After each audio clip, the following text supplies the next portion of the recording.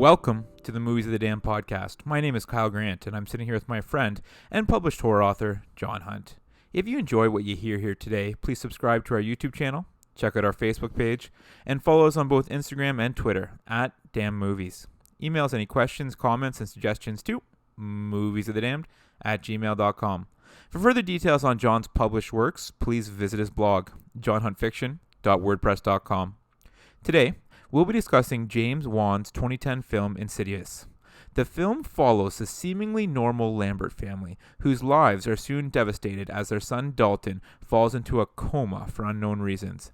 It's eventually revealed that just like his father Josh, Dalton is an expert at astral projection and is now trapped in a purgatory realm known as the Further.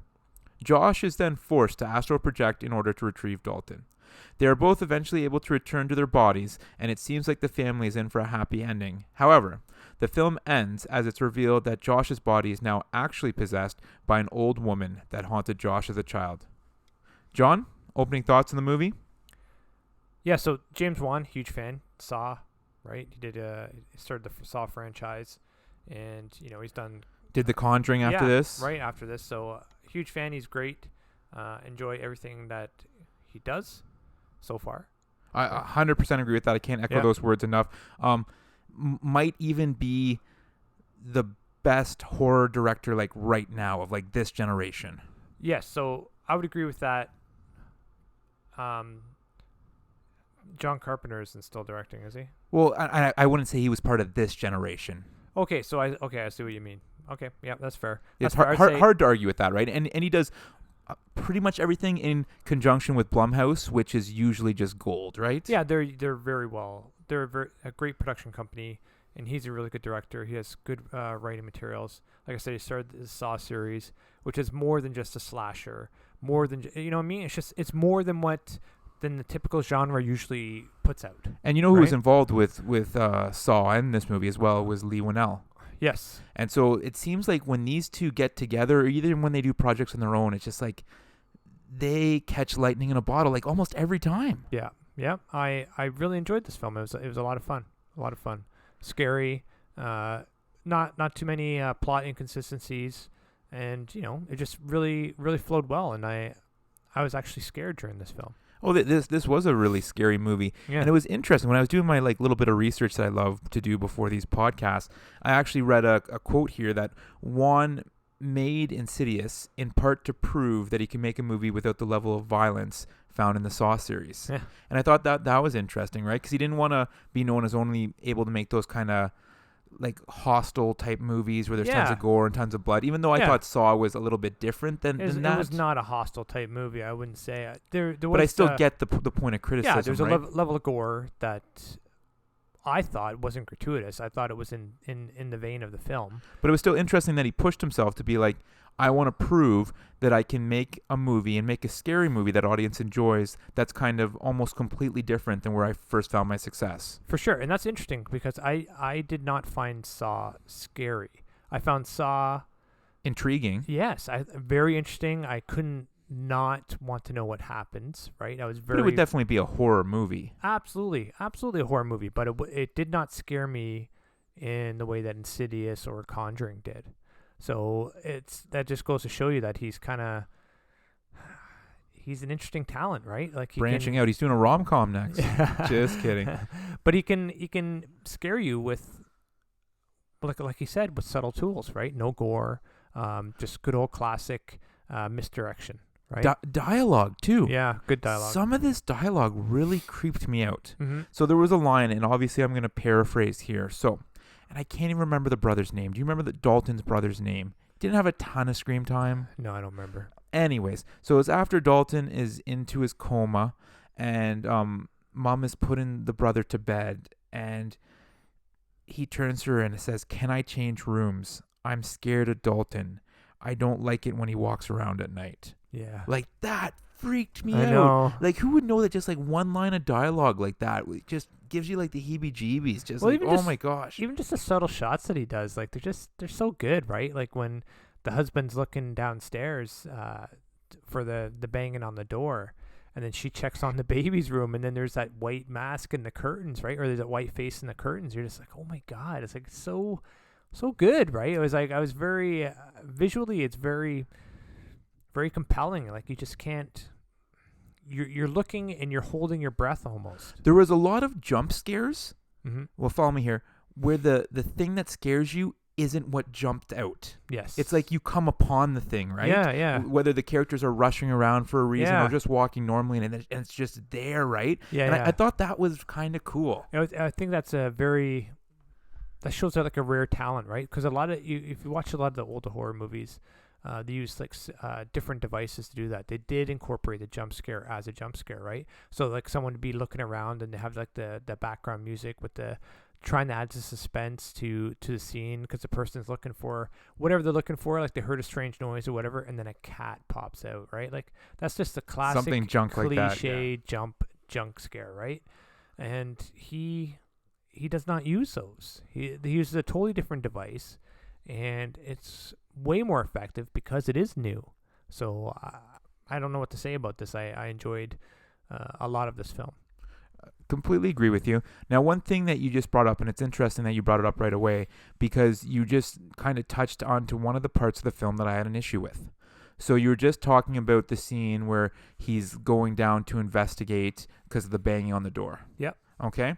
So the alarm system is going off. Yep. He's looks down, there's nothing there, comes back upstairs, alarm system goes off again, and then his front door is wide open. Yep. How do you not call the police at that point? So You have to. I know. Any person would call the police at that point. Here's my only explanation, and I don't even think it's an explanation because they don't show you this. But they kind of show you it through character development, right? So he was an astral plane walker, right? He was able to leave his body. But he had forgotten it. He had forgotten it. But do you ever really forget something like that? You know what I mean? So there's some sort of subtle thing where he's used to the strangeness, Okay. right? So, and he doesn't think it's a real intruder, right? So, but once the wife screams and says there's someone in the room, why didn't he call that? You have to at that Right. point. And it's not like it would change anything in this movie or really add that No. much. It would just No. show that they're doing all the reasonable steps based on what's happening. Yeah, you don't want that stupid decision, right? Not that Yeah. I would say this is a stupid decision or anything like that. I don't think it reached that type of degree. What I didn't like is when Renee heard voices on the baby monitor, and didn't go check it out right away. She's like sat at the bottom of the stairs, Like and listening to it. Yeah, and I was like, you'd be like running to the baby's yeah, room. right? Like anyone with a child would do that. Like, what? This is not my baby, and it's coming from the baby monitor. I'm in that room. I'm not waiting to see if it gets more scary. And now he did give a reasonable explanation, just like, sometimes these things pick up other frequencies and stuff like that, which is fine. But you're right. In the instance, you'd be running up there to make sure. But you look at her face when it was happening. Yeah. Right? Like, she wasn't thinking it was another frequency. She wasn't thinking, oh, I'm just going to disregard this because of that explanation. When those voices came on, her face was like, this is not right. Yeah, exactly. Right? So then you're gone. Right? You have to be, right? Like, even if you're not a brave person, let's say, when it's your own kid. Yeah, like, you are brave. A lot of people are brave. You would do that, right? Because at that point, it's like you'd put your life on the line for your child, right? Like, if she's home alone with no one else, like no kid or anything, and she hears weird voices upstairs, maybe you don't go investigate, right? Yeah. But with your baby there, I agree with you. Yeah, and then you got to look at it from say she was really fearful or coward or wouldn't go do that. Like, they didn't show that in character development.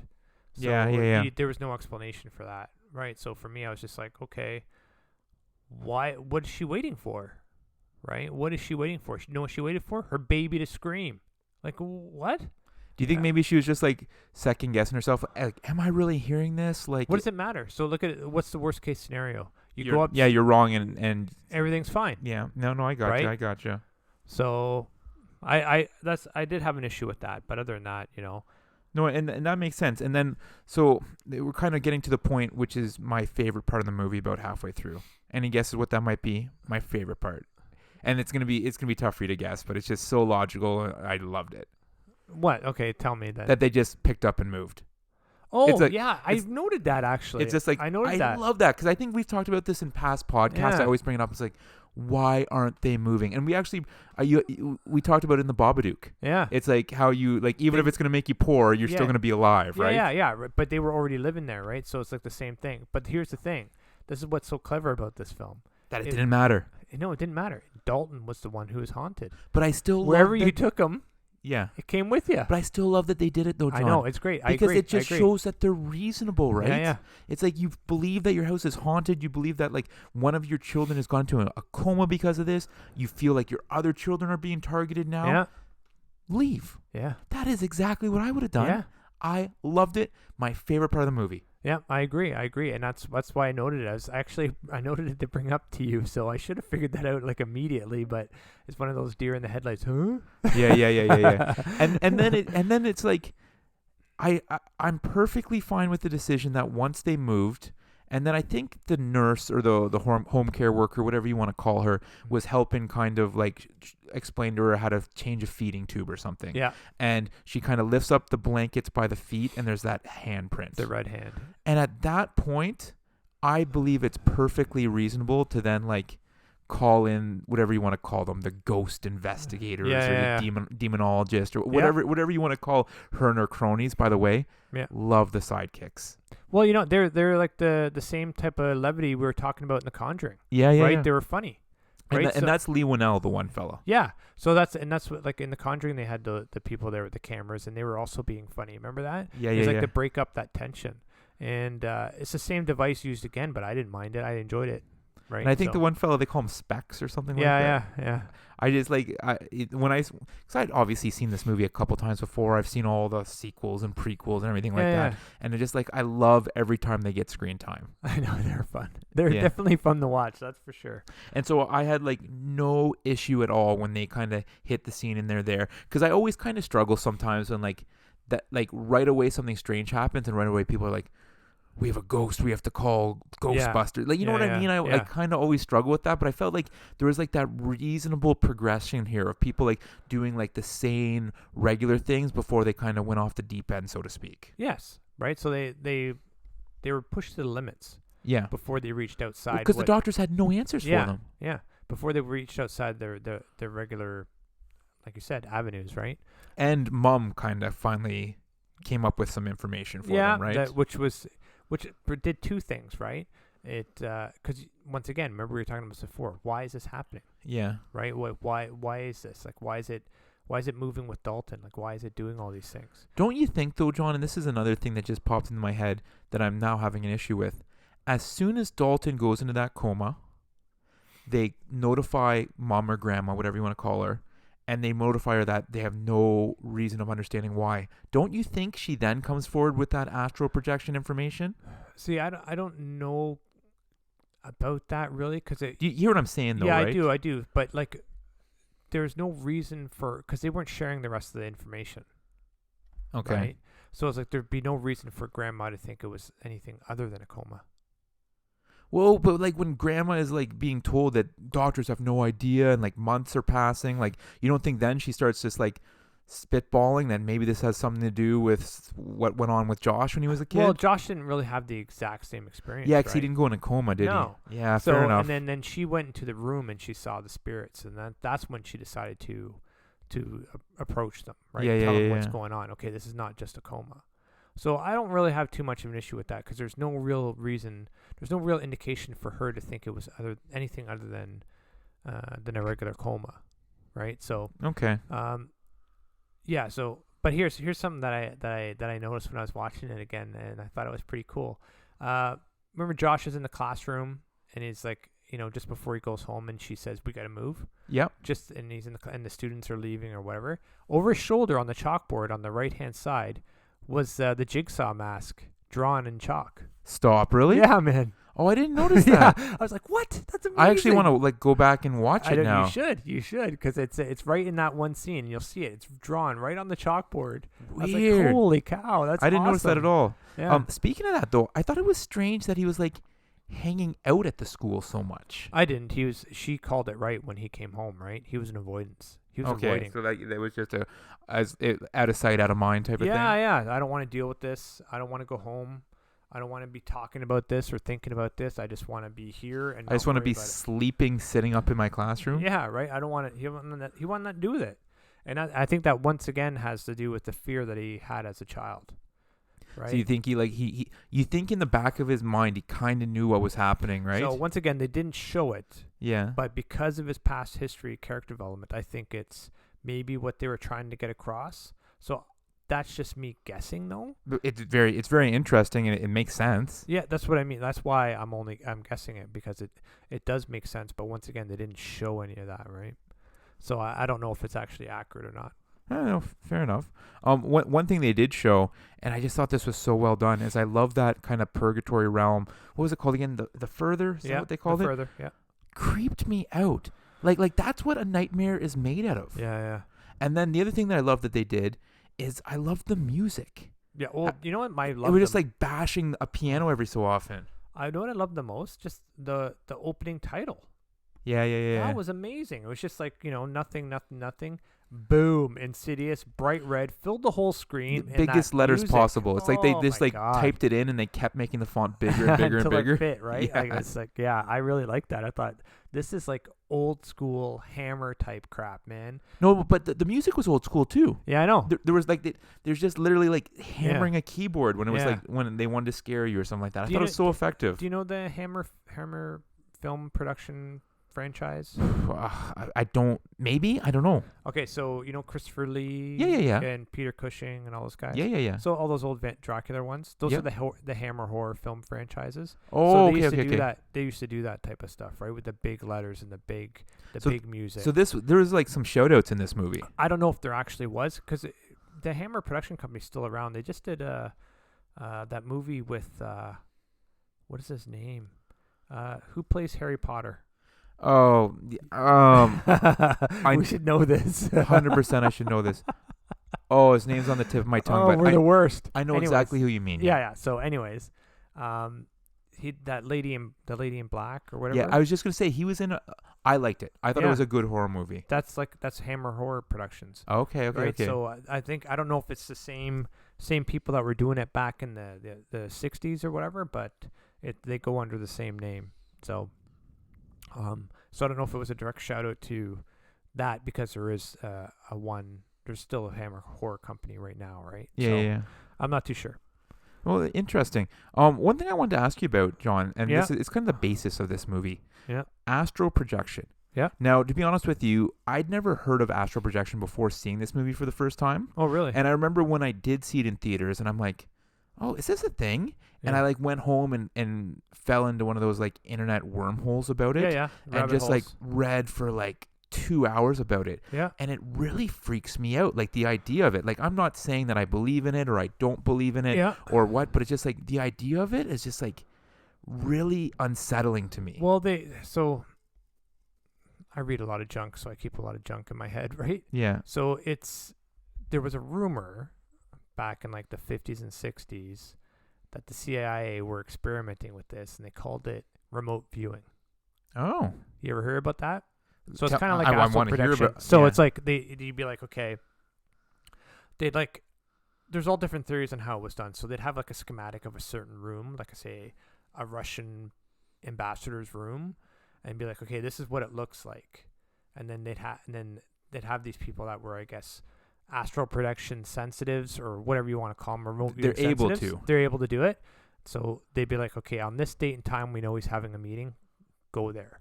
So like his spirit would be watching this happen. Well, That's what I've read. Okay, like there's nothing to say that this is true or accurate. There's no. Yeah, and that's exactly where I was too. Everything that I read was just like it was very like. Did this happen? Did this not? Like you don't really know. The one thing that freaked me out is apparently they ran some experiment in like a hospital emergency room Yeah. with people who were like coding with people who were dying, Yeah. and they had something up on a shelf, and it was impossible to see the object from down on the floor. Like you'd have to like be on the ceiling. Yeah. And they said like a high proportion of the people who coded and were brought back were able to identify what was on that shelf. Oh yeah. Like that creeps me out. Yeah.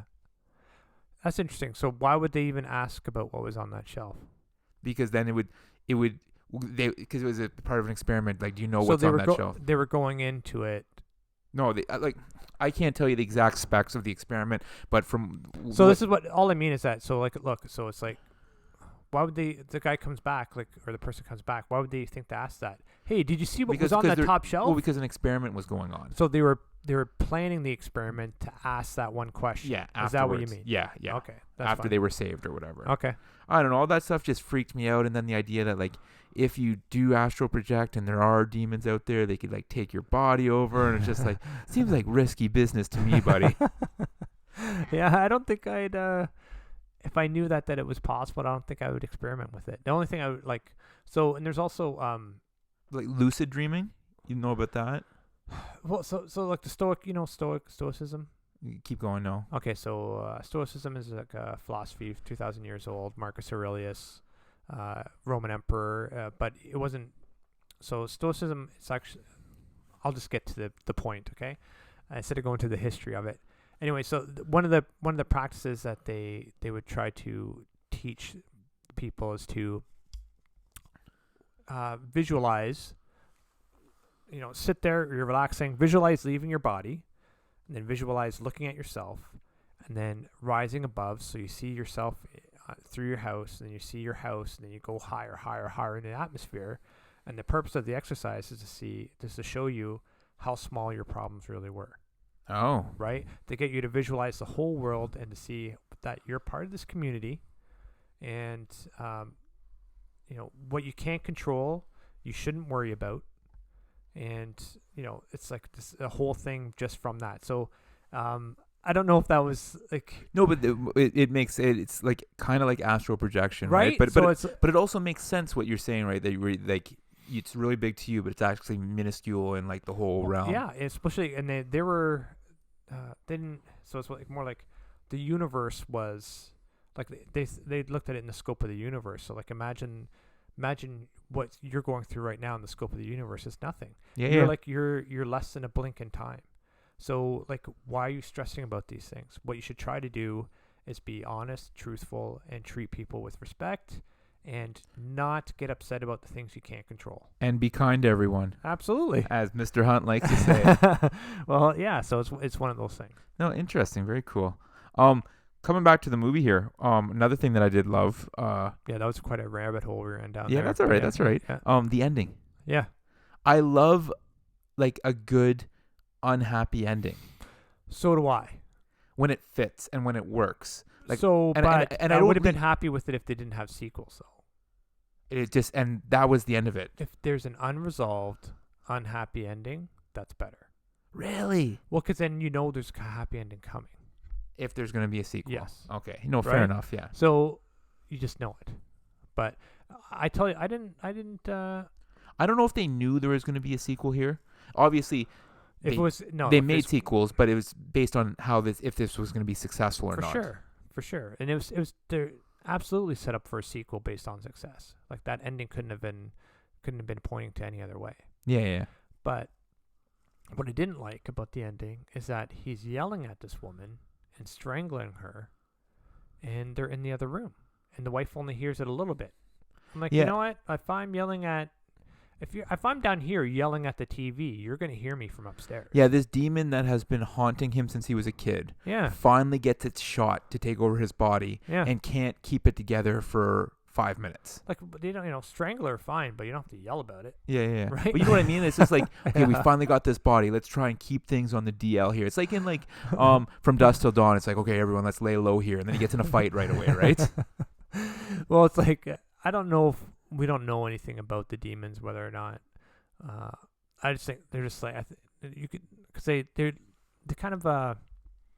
alluded to the fact that they're almost like children, right? They just want the pleasures of the flesh. Yeah. So once they're in there, they don't really think too much about consequences or what's going on, right? She was obviously thinking about not getting caught, which is why she got angry when Because of the camera. Yeah, when the photo was taken. But beyond that, I don't know. And once again, they don't really show you that, so who knows, right? But And then I it just know what kind you of mean. cuts off. And I know that the Yeah. sequel kind of starts just as the As it first one ends. ends. But we're Yeah. not talking about the sequel right No. now. We're talking about this first movie. And as I said, that I think they would have been fine if it had been standalone. But obviously, after its success at the box office, that's not happening. So this No. movie was made for $1.5 million Yeah. and brought in 97 at the box office. That's a huge return, right? That's a great So return. of course they're going to keep making Yeah. movies, and they did. As of right now, there's 4 total movies in the series. Mm-hmm. I believe it's number 1, number 2, and then I think 3 and 4 were both prequels. Okay. I've seen them all, but it gets jumbled around, you know. I watched 1 and 2. I didn't watch. You didn't watch any of the others. prequel? No. And obviously 1 and 2 were the best. Yeah. But I just was a fan of this series, so I kept going. It's kind of Yeah, like for with sure. Saw. Like the best Saw movies were at the beginning, but it's For just like sure. I'm invested, so I'm gonna keep watching these Well, things. after the first couple of the Saws, I wasn't invested anymore because all it was just how can we incorporate cool kills. That's all it was. So this came out. The Saw series came out when I was in university. Yeah. And I would force all my friends and roommates to go see it opening night. And I remember after going to Saw 5, my one roommate turned to me and said, "You know why this is called Saw 5? Because I saw this crap 5 times before." That's pretty good. Yeah, so it made me laugh. And you're right. They're just trying to do new kills, and it's the same Yeah, thing over and that's over all again. It is. One thing that I was surprised about, Rotten Tomatoes here. Yeah. The critic score 62. Yep. What surprises me even more is the audience score. Sorry, critic score 66, audience score 62. What? I can see maybe like this might be horror movies aren't all critics' cup of tea, and we've been through that a multitude of times before. But I don't know why the audience score is so low. That's so odd considering it brought in 97 million. The only thing I can think of, John, is that everyone who was going to see this was expecting it to be like Saw. As in it was going to be like gruesome and like that type of thing. Well, And- that would mean that the only money they made would have been opening weekend, because then afterwards the word would have got out and they wouldn't have gone. Yeah, because you think that to be able to Yeah. bring in close to 100 million, you have to have good word of mouth, Yeah, right? man. And I'm just so surprised with that scoring. Me personally, I'm probably in the 80s. Yeah, I'm in the 75 to 80 for sure. The thing that pushes me in the 80s, and I kind of already talked about my favorite parts, but the unhappy ending. I just love that, right? I love a good there's a lot unhappy of ending. good like you said, they moved the unhappy ending. Like those are all good, but the unhappy ending wasn't really an unhappy ending because because there's a sequel. yeah, right. So it's like a 2-part movie almost. yeah, right. So which is fine. You know, I liked Josh though, right? He's in the other Conjurings. Oh yeah. Yeah, and then he's like he's the evil stepbrother of Aquaman. Like he's doing pretty good. Yeah, no, he's making that money, right? Yeah, no, I you know, he's a pretty good guy to watch. He seems like the perfect average dude. You know what I mean? So like I think that's what He's not an average dude, right? No, like for sure. In this series, he's able to astral project and like able Yeah. to like battle demons in this purgatory realm. And then in the Conjuring series, he is like he's Ed Warren. He's the man. He's the dude. He doesn't care about demons and ghosts. He's gonna come and fight you, right? Yeah. So just interesting stuff. Well, buddy, anything else to add on this one? No, not really. Yeah, I think we pretty much covered it all. Well, folks, please subscribe to our YouTube channel. Check out our Facebook page and follow us on both Twitter and Instagram @DamnMovies. We want to hear what you thought of today's podcast and any suggestions you have, especially in terms of what movies you'd like us to discuss next. Send us an email to moviesthedamned@gmail.com. Please also check out John's full-length novels. His first 2 novels, Dollhouse and The Tracker, are Amazon bestsellers. You can also order his novella Balance, his book of short stories, 4 Shots of Horror, and his newest novel, Off the Grid, all right now on Amazon. For further details on John's other published works, please visit his blog, johnhuntfiction.wordpress.com. Thanks for listening, and we'll see you next time. Yeah, thanks for listening, everyone. And I noticed on our iTunes there that we've gotten more ratings, so thank you for that. That's great. And also for you horror enthusiasts, I'm assuming you're a horror enthusiast if you're listening to us, we have a t-shirt shop at TeePublic. So go to teepublic.com/user/MOTD, moves of the damned, 123, and you'll see some horror themed shirts, and I'm sure you'll like. So once again, have a great week. Thank you, and be kind, everyone.